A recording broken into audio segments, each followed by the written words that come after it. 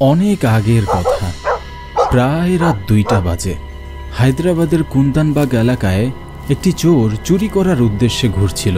তখনই তার নজর একটি বাড়ির দিকে যায়, যে বাড়ির সকল লাইট বন্ধ ছিল, আর সেই বাড়ির আশেপাশে অনেক নীরবতা ছিল। বাড়িটি দেখে এমন মনে হচ্ছিল যে সেখানে কেউই থাকে না এমন কিছু ঘর যেখানে বসবাসরত বেশিরভাগই বাইরে থাকে। চোরের সেই বাড়িটি ঠিক তেমনি লাগছিল। সে সবার নজর এড়িয়ে বাড়ির দেওয়াল টপকে ভিতরে চলে যায়।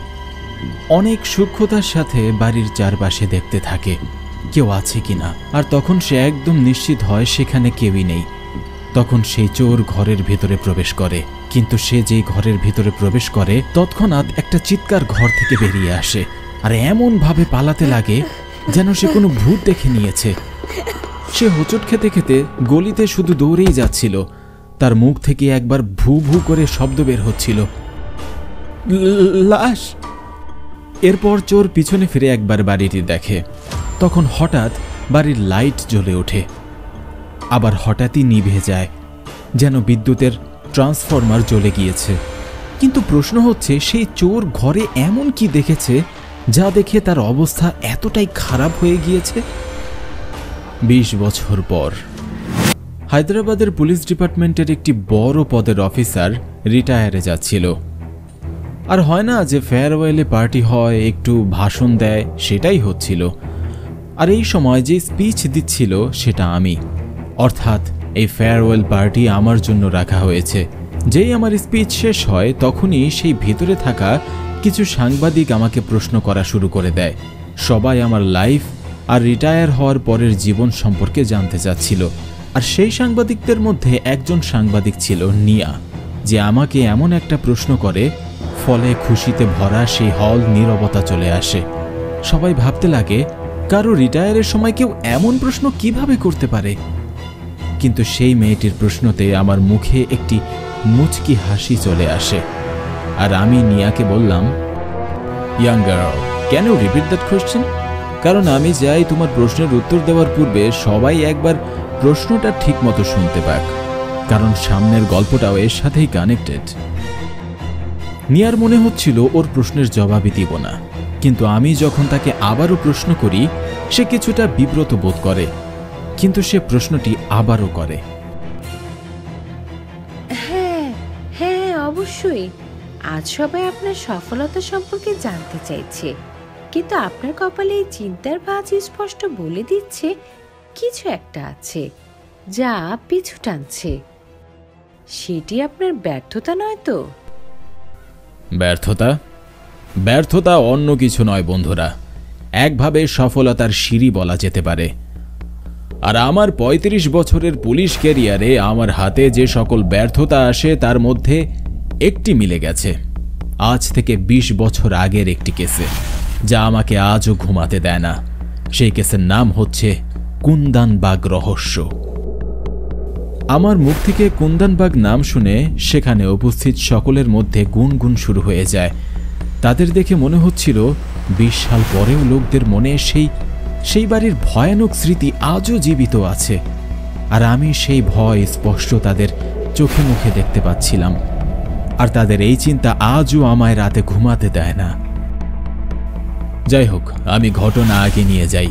যেই সেখানে উপস্থিত লোকেরা জানতে পারে আমি কুন্দাননগরের গল্প বলতে যাচ্ছি, তখন অনেক মায়েরা তাদের সন্তান নিয়ে সেখানে চলে যায়, যেখানে আমার পরিবারের লোকও ছিল, যারা মোটেও চাচ্ছিল না আমি সেই ঘটনা বলি।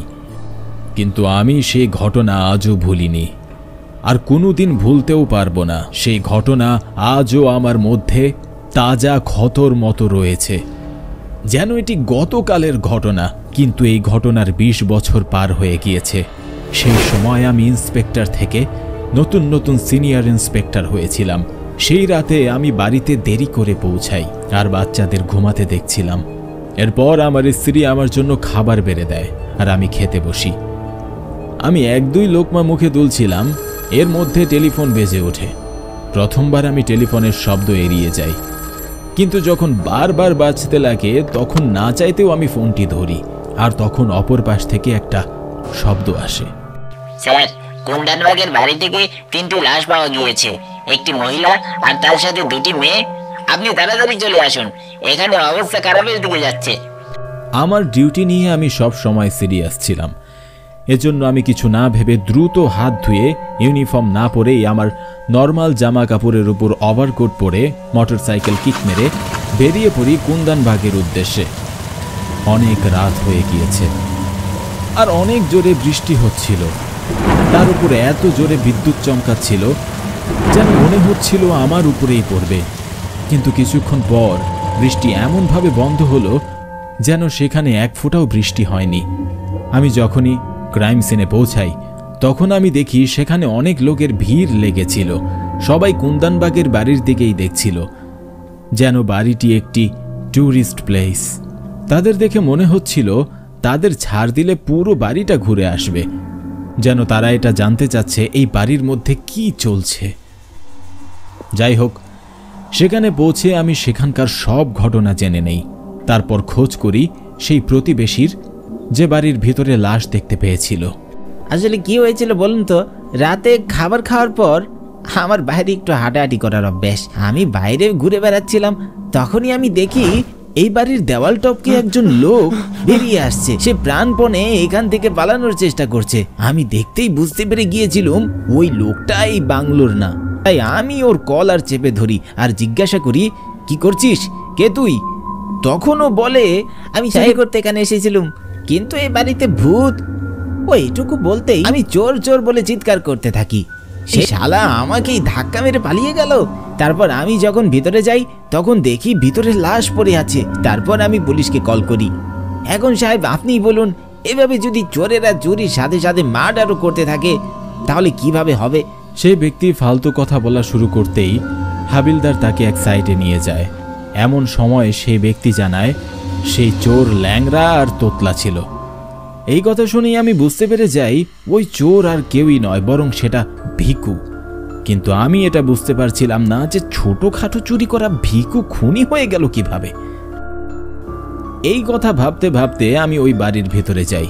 সেখানে পৌঁছাতেই আমার আজব অনুভূতি হতে শুরু করে। সেই বাড়ি নয়, জঙ্গল ছিল। চারিদিকে লাশ পড়েছিল আর বাড়ির ছাদে রক্তের বোতল ঝুলছিল।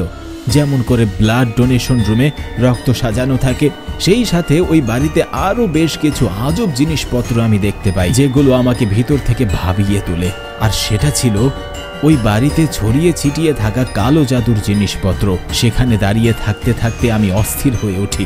তারপর আমি ওই লাশগুলো পোস্টমর্টম করাতে পাঠাই আর ওই বাড়ি থেকে বাইরে বেরিয়ে আসি। তারপর আমার সাথে থাকা ইন্সপেক্টরকে বলি, যেভাবেই হোক সেই ভিকুকে খুঁজে বের করো। শালা চুরি পর্যন্ত তো ঠিক ছিল, এখন আবার মার্ডার করতে শুরু করেছে। ওকে পেলেই টানতে টানতে থানায় নিয়ে আসবে। আমার কথা শুনে সবাই কাজে লেগে পড়ে। তারপর আমি আবারও ওই বাংলোর ভিতরে যাওয়ার জন্য এগিয়ে যাই। কিন্তু এবার আমার খুব আজব অনুভূতি হচ্ছিল। বাড়ির ভিতরে ঢোকার পর থেকেই মনে হচ্ছিল কেউ আমার সাথে হাঁটছে। কোনো বাচ্চা আমার হাত ধরেছে, আবার কেউ আমার কানে কানে কিছু বলছে ফিসফিস করে। এসব অনুভূতি করে যখন আমি পিছনে ঘুরে তাকাই তখন সেখানে কাউকেই দেখতে পাই না। এমন সময় হঠাৎ করেই সেই বাড়ির দরজা জানালা বন্ধ হয়ে যায়।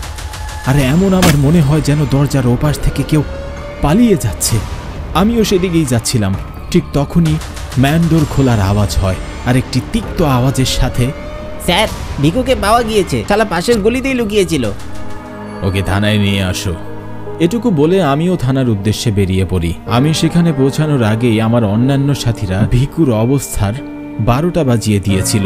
আমি সেখানে পৌঁছাতেই ভিকু আমার পায়ের উপর পড়ে যায় আর কাঁদতে কাঁদতে বলতে থাকে, স্যার আমি চুরি করতে গিয়েছিলাম, কিন্তু ওই বাড়ির ভিতরে আগে থেকেই তারা মারা পড়ে গিয়েছিল। আমি কিছু করিনি স্যার, আমি কিছু করিনি। আমি তো চুরি করে সেখান থেকে পালিয়ে আসছিলাম। তখনই ওই লাশ নিজে নিজে বাতাসে ভাসতে শুরু করে আর উপরে উঠতে গিয়ে আবার ঠাস করে নিচে পড়ে যায়। ঠিক তখনই বাড়ির সবগুলো লাইট একা একাই জ্বলতে নিভতে শুরু করে স্যার। তারপর আমি একটি ছায়া দেখতে পাই সেখানে সাহেব। তারপর আমি অনেক কষ্টে নিজের প্রাণ বাঁচিয়ে সেখান থেকে বাইরে চলে আসি। আমি কিছু করিনি সাহেব, আমাকে ছেড়ে দিন সাহেব, আমি কিছু করিনি।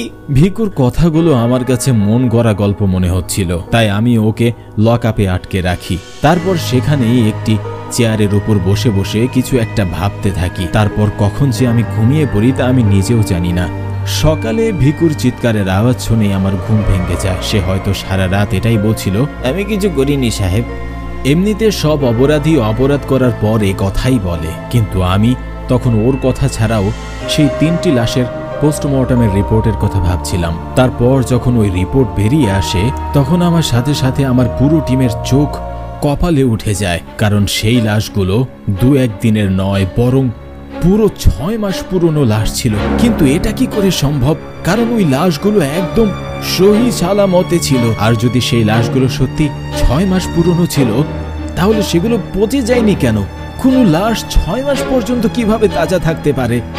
আমি বিশ্বাসই করতে পারছিলাম না। তাই আমি আবারও ফরেন্সিক ডাক্তারদের এই লাশগুলো পোস্টমর্টম করতে বলি। আমার কথা শুনে সেই ডাক্তার আমার উপর প্রচুর রেগে যায় আর বলতে থাকে তার রিপোর্টে কখনোই ভুল হয় না। কিন্তু আমি এতবার জোর করার পর সে আবার ওই লাশগুলো পোস্টমর্টম করে আমাকে দেখায়, কিন্তু রেজাল্টের কোনো পরিবর্তন আসে না। এই ঘটনা যখন তাদের প্রতিবেশীরা জানতে পারে তখন এমন এমন কথা ছড়াতে থাকে যেগুলো না সায়েন্স দ্বারা প্রমাণ করা সম্ভব আর না কোনো কোর্ট দ্বারা।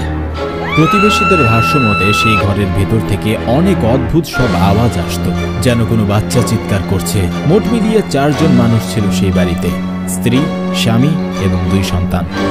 তাদের মৃত্যুর কয়েক মাস আগেই সেই মহিলার স্বামী তাদের ছেড়ে চলে যায়। সেই মহিলা আর তার বাচ্চারা আর কখনোই ওই বাড়ির ভেতর থেকে বাইরে বেরিয়ে আসেনি। তারপরেও যদি কোনো ব্যক্তি তাদের সাথে দেখা করতে যেত তাহলে তারা তাকে ভয় দেখিয়ে সেখান থেকে তাড়িয়ে দিত। কিছু প্রতিবেশী তো মানতে রাজি হচ্ছিল না যে তারা আরো 6 মাস আগে মারা গিয়েছে, কারণ প্রতিদিন সন্ধ্যা হতেই ওই বাড়ির 2টি মেয়ে বাড়ির বাগানে খেলাধুলা করতে বেরিয়ে আসতো। ব্যাপারটা এতটাই ছড়িয়ে পড়ে যে অনেকেই দাবি করে বসে যে ওই বাড়ির আশেপাশে খারাপ শক্তি আছে। কিন্তু এই কথাগুলো আমি কোনো মতেই বিশ্বাস করতে পারছিলাম না। তাই আমি অনেক দিন পর্যন্ত এটার ইনভেস্টিগেশন করতে থাকি। এরই মাঝে যেই মর্গে ওই 3টি লাশ রাখা ছিল সেই মর্গে আজব আজব ঘটনা ঘটতে শুরু করে। কখনো রাতের বেলা সেখানকার লাইট ফিউজ হয়ে যেত, তো কখনো সেই মর্গের জানালার কাঁচ আপনা আপনি ভেঙে যেত। যেই লাশগুলো তাদের বাড়িতে নরমালি পড়ে থাকার পরও নষ্ট হয়নি, সেই লাশগুলো মর্গে গলে নষ্ট হয়ে যাচ্ছিল। আর সেই লাশগুলো থেকে এমন দুর্গন্ধ বের হচ্ছিল, অবশেষে আমরা বাধ্য হয়ে সেই লাশগুলো পুড়িয়ে ফেলি। সেই সাথে কয়েক মাস পর আমাদের ওই কেসটিও বন্ধ করে দিতে হয়। লেখা হয় এটি একটি অস্বাভাবিক কেস। অনেকে তো এটাও বলে যে সেই মহিলার স্বামী এবং তার স্ত্রী বাচ্চাদের মেরে ফেলেছে, তারপর সেখান থেকে পালিয়ে গিয়েছে। তারপর যখন সে ফিরে এসেছিল তখন ওই 3 জনের আত্মা তাকেও মেরে ফেলেছিল। আর বাচ্চা মেয়ে দুটো তাদের হাতে যেই রক্তের বোতল নিয়ে বাইরে খেলতে বের হতো, সেই রক্ত নাকি ওই ব্যক্তিরই ছিল। কিন্তু তাদের কথা আমি বিশ্বাস করতে পারিনি। আজও সেই বাংলো সেখানেই আছে, সেটার বাইরে সব সময় ময়লা ট্রাক দাঁড়িয়ে থাকে। কিন্তু জানি না কেন এখনো ওই বাংলো এবং ওই বাংলোর লাশগুলো আমাকে শান্তিতে থাকতে দেয় না। তারা আমাকে বারবার জানান দেয় একটি কেস অসম্পূর্ণই থেকে গেল। আপনারও কি এমনটাই মনে হয়? বন্ধু, আপনার যদি আমাদের গল্প ভালো লাগে তাহলে লাইক, কমেন্ট এবং শেয়ার করবেন। পাশাপাশি রেগুলার আপডেট পেতে চ্যানেলটি সাবস্ক্রাইব করুন। আর আপনার কাছে যদি এমন ভয়ানক গল্প থাকে তাহলে এখনই পাঠিয়ে দিন আমাদের মেইল অ্যাড্রেসে।